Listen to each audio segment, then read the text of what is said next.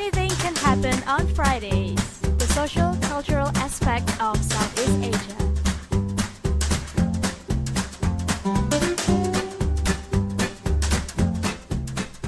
Good morning. Welcome back to Anything Can Happen Friday. This is Grace. This is Arlene. And this is Gowri. So how are you today? Oh, we are great. We're great. Yeah, this is the first Friday of 2015. What's happening in this first of Friday? We have a very exciting topic today. Yes, with, indeed. An interesting guest as well. Yes. So, Grace, you want to tell us who is it? Well, her name is Wani Mutiah from MDDB. And let's say good morning to her. Good morning. Good morning, girls. I hope you're all well. Yes, thank you. We are very well. So, Wani, could you explain about briefly about yourself and also the organization? Okay, my organization is called Malaysian Dogs Deserve Better.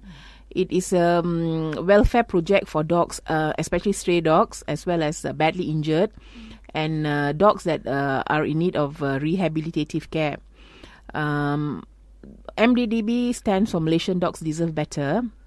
And I founded MDDB in 2009 because I wanted to counter the stray management system that is conducted by the local councils, as well as to actually also drive across the message that no matter how badly injured a dog is, no matter how badly disabled a dog is, it can still continue living, because the basic belief here is that once a dog has got broken limbs, once it can no longer walk, it is euthanized. So, how often is this euthanization? It happens all the time. Even our stray management system in this country is highly depending on euthanasia. All the stray dogs that are caught are taken to the pounds and they are euthanized. Oh dear. So we are also trying to tell the local councils that instead of euthanizing them, use the resources to catch them, neuter them, and put them back. Mm-hmm. So you are actually addressing the source, whereby you are curbing the birth of more stray animals, stray dogs, and so on. Because if euthanasia really works, there wouldn't be a boom in the number of stray animals, We have so many stray dogs now. Why? Because obviously the current system of stray management is not working at all.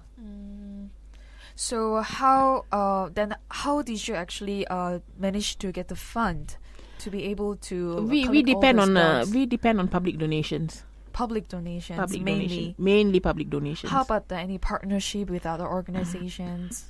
Not in particular, but we have support from various sponsors, corporate sponsors and all that, who help us on project basis. Project basis. So how many dogs are under your care now? Ours, we don't have a permanent number of dogs, because we have adoption drives every Sunday. Oh, that's every nice. Sunday. Every Sunday we have adoption drives. So whichever dogs that come in, they go out as well. So that means you actually open to the public to adopt. I mean, of course, obviously we can't keep them all, right? So we have to have these adoption sessions. We have every Sundays. Every Sunday. So where are the locations? We have in Jaya 1, SS2 Mall, One City in USJ, and we have other places on ad hoc basis as well. So how severe and severe the situation in terms of injured dogs, having all those spread of injured dogs in Malaysia? You see, we have... Because we also quite often see just a street there will be just dogs straying around, but then how badly are they generally populated in Malaysia? I mean, as I said earlier, there is a high number of strays in Malaysia, and it is mainly because of what you call stray management system that has gone wrong. Because here what they do in Malaysia, they have the biggest bane is the commercialization of stray management. What the local authorities have done is to actually tender out contracts to dog catching companies. And these dog catching companies are paid a minimum of 45 ringgit to 100 ringgit per head. Oh wow, God, that's a business. Yeah, so when you have commercialized dog catching, when you have made it into a business, when you have made it into a rice bowl for some people, you are going to stick on to this method, Then how about the animal rights in this? Animal rights in this country has gone down to the dogs, if I may say. Oh dear. So that is our biggest problem. That is our biggest issue. They have commercialized dog catching. Prior to that, what was the situation when it comes to pets and stray animals in Malaysia? I mean, pets, they have people to take care of them. Our main concern are the strays. So MDDB is here for the strays because they are the ones that are the most marginalized. Like they are caught, they are taken to the pound and they are killed. And to make matters worse, we have a lot of backyard breeders. Yeah. We have a lot of backyard breeders, and the difference between, of course, we are saying that, the authorities should stop pets being sold at pet shops. So, of course, there are people who want to buy pedigrees. If these people want to buy pedigrees, they should go directly to the breeder. Like, if you want to, there are so many, there are so many legitimate breeders here. I see. And these breeders, like there's the breeders who breed German Shepherds, poodles. They don't mix. They're really original. No, they don't mix in the sense that they if they are German Shepherd breeders, they only breed German Shepherds, and they ensure good quality and so on. Backyard breeders, they will have all varieties of dogs. And these dogs are kept in deplorable conditions, and they are and they are made to give birth every cycle, meaning that every time they go on heat, they are mated. Whereas the legitimate breeders, they have, they have their own procedures where the dog is not made to litter at every heat or during every heat cycle. So off the air, you also mentioned that has led to open a lot of pet shops in Malaysia. Yeah, pet shops, and these pet shops, because the legitimate breeders, they do selling as well. They sell directly to the clients. They don't go. Most of them do not go through the pet shops. So what these pet shops do is that they buy from backyard breeders, unlicensed breeders who are unscrupulous. So most of these puppies, I'm sure you have heard of people buying puppies from the pet shops. After a week or two, the puppy dies. Oh, yes. This is very, very common, This is very, very common because the area, the place, the environment in which the dogs are kept and all that, it's not clean. There's a lot of cross-contamination going on and all that. And if you ask people who have bought puppies from pet shops that died on them, they'll tell you that these puppies died because of parvovirus or distemper. These are highly communicable diseases in dogs. But if clients they don't directly deal with the breeders, but they deal with the backyard breeders, then how come this issue has not been raised to the public? That this issue has been raised many, many, many times because, but then people, if you go to the legitimate breeder, you may have to pay around 3,000 ringgit for a puppy, whereas if you go to the pet shops, which gets the pet shop that gets its supply from the backyard breeder, you can just get it for about 500 ringgit. So it's only because of the prices? It's because of the pricing. If you go to a proper breeder and all that, you have to pay. Whereas if you go to the pet shops, you can get it for cheap. But when it comes to quality, of course, the original breeder will definitely, you can take care of the dogs better. Of course, the original breeder, you'll be guaranteed of a good dog, but people are not able to understand them. Is it about the educating people? No, it's for them. It's just a dog is a dog. It's a dog, So they don't care where it comes from. But it's kind of sad because when you think about pet, especially for young kids, pets is like the first thing that excites them. Of course, besides playing dolls and all these toys. So, why people see pets as mere commodities, for amusement or a toy instead of like taking care a real being, maybe not a human being but a real being? Cultural conditioning.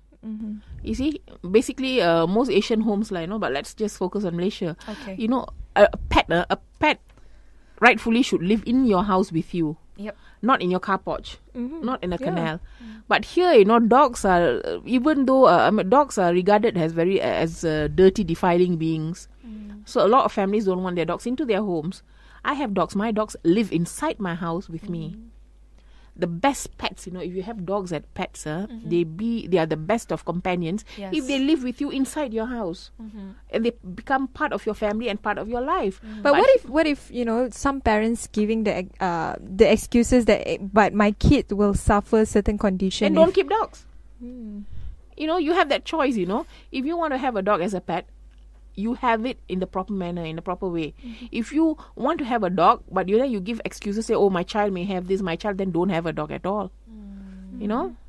As simple as that. And what's the problem with Malaysian parents nowadays? As I said, they buy pets or they adopt and all that, and they don't spend time with the dog. Dogs are very social animals, They are, yes. They are very social animals, and they are very people-oriented. And they are also very attached. Very attached to the people. So, in most families, what you see, the dog lives in the car porch. And the only contact is when they go to feed the dog, when they bathe the dog, and maybe they take the dog out for walks in the evenings. Which, feed the dog maybe about 20 minutes, bathe the dog half an hour, take for a walk 1 hour. So, apart from that 2 to 3 hours of contact with the dog, there's no contact at all. The dog is alone. So in the car porch without they any are human not really contact. a part of family members. It's more like so, their decorations. Yeah, because and most of them want them as watchdogs. So as I said earlier, like dogs, they are very social animals. They want to be in contact with people. They bond better with people than they bond with other dogs. So you are depriving them of the essence that they exist for. Dogs exist for people. So they are not mere as amusement for young kids or for people. Anybody who thinks that should be actually severely dealt with. Dogs are not for you to amuse yourselves with, or for your children to amuse themselves with. Especially with the trends with Paris Hilton. With those kind of miniature dogs. Paris Hilton is not real. How can you compare Paris Hilton with real people? Anybody who does that is not right in the head. I mean, she created this trend where having dogs is actually a kind of accessories. We should not follow silly trends, But that's the reality in today's society when they see dogs as mere accessories to then too bad. Then they should know that the dogs are not a part of it. Then your child is also a lifestyle. But actually, on the other side of the world, right, the dogs are considered like real family members. Such as like Hachiko. Even the movie came out about Hachiko. Oh yeah, that movie. And then there was one other news just released yesterday about this dog in Russia, if I'm not mistaken.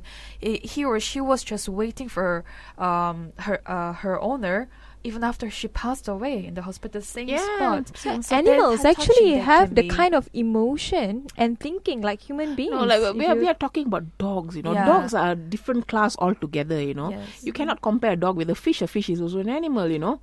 Dogs are different. Dogs and cats are also very different. They're very different. If you can break down, how unique dog is. I mean, anybody who has a dog will know how you have a dog, Grace. I have had a dog before, and it was very sad because my dog. Just to share my personal short story, I was in Sri Lanka, and then I had a dog, and then there was a Korean traditional dog. What happened was I had to leave the country because shipping dog to Malaysia is very expensive. I felt really sad enough to send my dog to somewhere, so we decided to send my dog to my very best friend, and then he didn't want to serve the different owner. And then at the end, he decided to starve to death. He just died after 5 or 7 days because he was hungry. He didn't even go to toilet or pee or nothing. He just stayed there in the one spot waiting for us.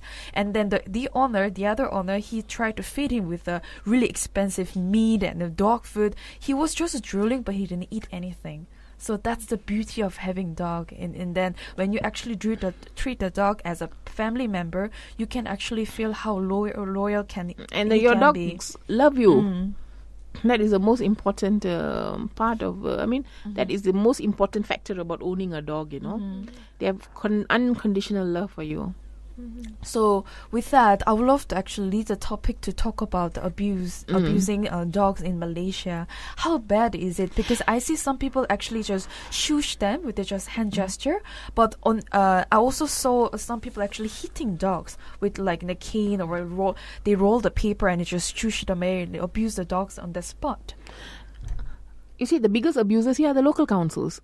So, shushing a dog with a newspaper and all that is not actually a very, very serious thing, As I said, the biggest abusers are local councils, whereby they catch dogs in terrible condition and then they bring them to pounds which are dirty and not clean at all. Pounds which are what they call highly, which are breeding grounds for highly communicable diseases like parvovirus and distemper. So when you have the government bodies, such as the local councils abusing dogs, in this way, you cannot expect much from the people. We have had dogs that were actually slashed, Oh dear. run down by cars, beaten up until they are rigged. So we have this boy called Justice. He came to us about 3 to 4 years ago, and Justice was beaten up by some construction workers, dumped into a drain, and had cement and sand poured over him. And where and how did you find Somebody rescued him, and this person reached out to us for help. And we brought him down, and we had to undo, because his spinal column was completely transected, meaning it broke into 2 pieces, and one was on top of the other. So he had to go in for surgery, and So that was very critical condition. it was a very critical condition, and both broken pieces were actually held together with a pin. So he has this pin in him, and he can't walk, he can't run, and all that. But he's on a wheelchair. Oh. And he's a very happy dog, Now he's a very happy dog, and of course he's not on the wheelchair the whole day. So when he goes out for walks and all that, he's fitted with the wheelchair, and he races, he speeds. Oh. Now he can. He speeds on his he's very healthy. He's a very happy dog, and we have disabled. So we are also trying to tell people, like, these dogs are disabled, but they can be happy disabled dogs. Just because a dog is disabled, you don't have to put it down. So coming back to cruelty. Yeah. So when the authorities are sending out this kind of a message, saying that it's not wrong to hound a dog, to loop a dog, to drag a dog, and to swing a dog up. Yeah. When you can, it's not wrong to treat a dog like this. What kind of message are you delivering to the people? And they even posted it in social media, especially YouTube. Yeah, we have a lot. Oh yes, yes. Yeah, we have a lot of cruelty cases and all that. So it's been highlighted in the media a lot, even in the newspapers, in the magazines and all that. As much as it's highlighted on social media, it's also about the realization that people actually, need to take it into consideration. They really need to help. Yeah. So how has people helped the organization so far? See, a lot of people, they can help us in 3 ways, They donate, they adopt, and they volunteer. So this is how people help us, Sometimes when we have cases like which is in need of very, very serious veterinary care, what we do, we have a Facebook page called Malaysian Dogs Deserve Better. Yep. What we do is to post the picture as well as which clinic the dog is admitted to and all that, and we ask for help, to pay the veterinary bills. So people donate. That is how we take care of the dog's veterinary bills. How about the education in general? You see, how much can you educate? I mean, it's common sense, Every reasonably decent person will know that they are not supposed to harm a defenseless But why animal. they still harm? I can't answer that, Maybe upbringing. I was not brought up like that. That's So, what I want to go there. Upbringing is very important. Upbringing is very important. Yes, So, when the environment actually and it's also the environment, and it's also this cultural conditioning. Exactly. If you live in this community which says that this is how you should, this is how they're going to be. So then. That's when I want to talk about the educating those community. Like, how do we change the mindset of those people there to prevent them from at least or lessening the cruelty. Or what towards have the you done dogs? to change the mindset of people? Basically MDDB, we are very straightforward. We don't care how you bring your children up. If you have failed as a parent to impart into your child that ill-treating an animal is not acceptable, then you are a failure. We have no time to deal with failed parents who do not know how to educate their children. Our main concern is stray management.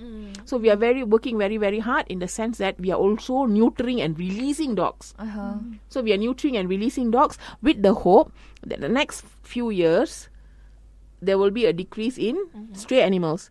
And so our focus is that we cannot waste time with people who do not know how to treat dogs and all that, So your main problem is you want to improve the stray management, especially those conducted by the local councillor. We want councillor. it to be no-kill. We want a no-kill system of management. So what have you been proposed to the local councillors so far?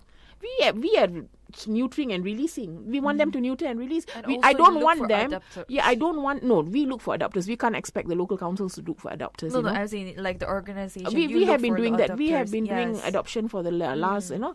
So we are telling the local councils, do not spend the taxpayers' money paying all these private dog catching companies.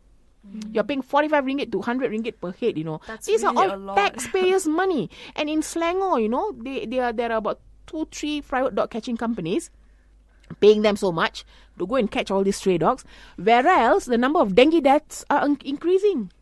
Why don't you use all these resources to get dengue out of the country? How much the out local of the council? state. Sorry, how much the local council are actually spending? They won't tell us. They are not going to tell us, you know. But I'm sure there's. It's a big amount, you know. Why don't they get the ADs out of the state? Use all these resources. I know you're going after these dogs, you know, like hounding them and catching them and looping them and dragging them. How many dogs are being catch and killed at the end? A lot. Usually annually. All you have to do is to just go and look at the pounds, you know. Oh, okay. You go to the pounds and you'll see the numbers. So they are euthanizing once a week. Once a week. And every time you go to the pound and it's packed, you know. And each one costs about 100 ringgit No, you per see head. the pounds, they have got three. Some pounds have only their own catchers, you know, the council dog catchers. Some pounds also, some local councils have their own dog catchers. That means they do not engage the private dog catchers. Some local councils only hire private dog catchers. Some local councils have both their own as well as the. So it differs. It is a very, very serious matter, you know. You're spending so much of money, you know, hiring people to catch and kill dogs when you can use that amount to neuter and release. And also save dogs. Because at you the can't same say it's time. not going to work, you know. If you don't try, how would you know? You have to try to know whether it's workable or not. Like in India, you know, you have mobile clinic for stray dogs. For stray animals, you know, there even the cows and whatever they see, they treat, you know. They have mobile clinics. They have people going around treating stray animals, you know. And what they do, they neuter and they release. But in Malaysia, there's no specifically. And there's no specific. In Malaysia, they love to catch and kill. So sorry to hear about that. It's like a weekend hobby for them. Our main thing is to just neuter, release. So at the end of X number of years, maybe 3 years, 5 years, we can tell them, look, we have been doing this, you know. Yes. And this area, just look at this area. You're actually fixing the bottom fundamental line. Because you cannot wait for, you cannot present it to them, wait for their opinion and all. It's not going to work. So we're already doing it. So after the X number of years, we're going to tell them, you know, come and have a look. Look at the number of strays in this area where we have been neutering and releasing, than other areas where you are using the conventional method. We are neutering and releasing, and we have been attending talks and we have been telling them. That was quite a bit of talk we had on Friday. Well, do you have any last message to our listeners or any other organization that No, I would just like to say, like, you know, if you all you see most of the organizations now, private organizations like MDDB, all they want to do is to have shelters, rescue and rehome. It's not enough. You know, everybody should look at themselves as a vehicle for stray management. Okay. No, like mostly now everybody's looking at themselves. Oh, we rescue, we rehome, we No. You must be like, just like how the private stray management companies are there, you must also be a platform for stray management. Neuter and release. All right. That is the only way, because when you have a shelter, you can only take care of the number of dogs in your shelter. And how many dogs can you rehome? Right. We have been doing it for 9 years, and as the years go on, we can see that the number of adoptions are decreasing, you know. I see. So there may come a time when we will not have any adoptions at all. So now we are having these adoption drives because we are picking up puppies, you know. We are picking up puppies day in, day out. We are picking up puppies. You have to stop that, you know. I see. The only way to stop is to neuter the mothers and release them. So, like what MDDB says, literally, Malaysian dogs deserve better. And then it's something to think about for all our listeners. And then, unfortunately, we have to end our segment here, Wani. But thank you so much. Thank for you so coming much. and Thank sharing you. Thank you for this thoughts. opportunity. No problem. Thank you. Thank you.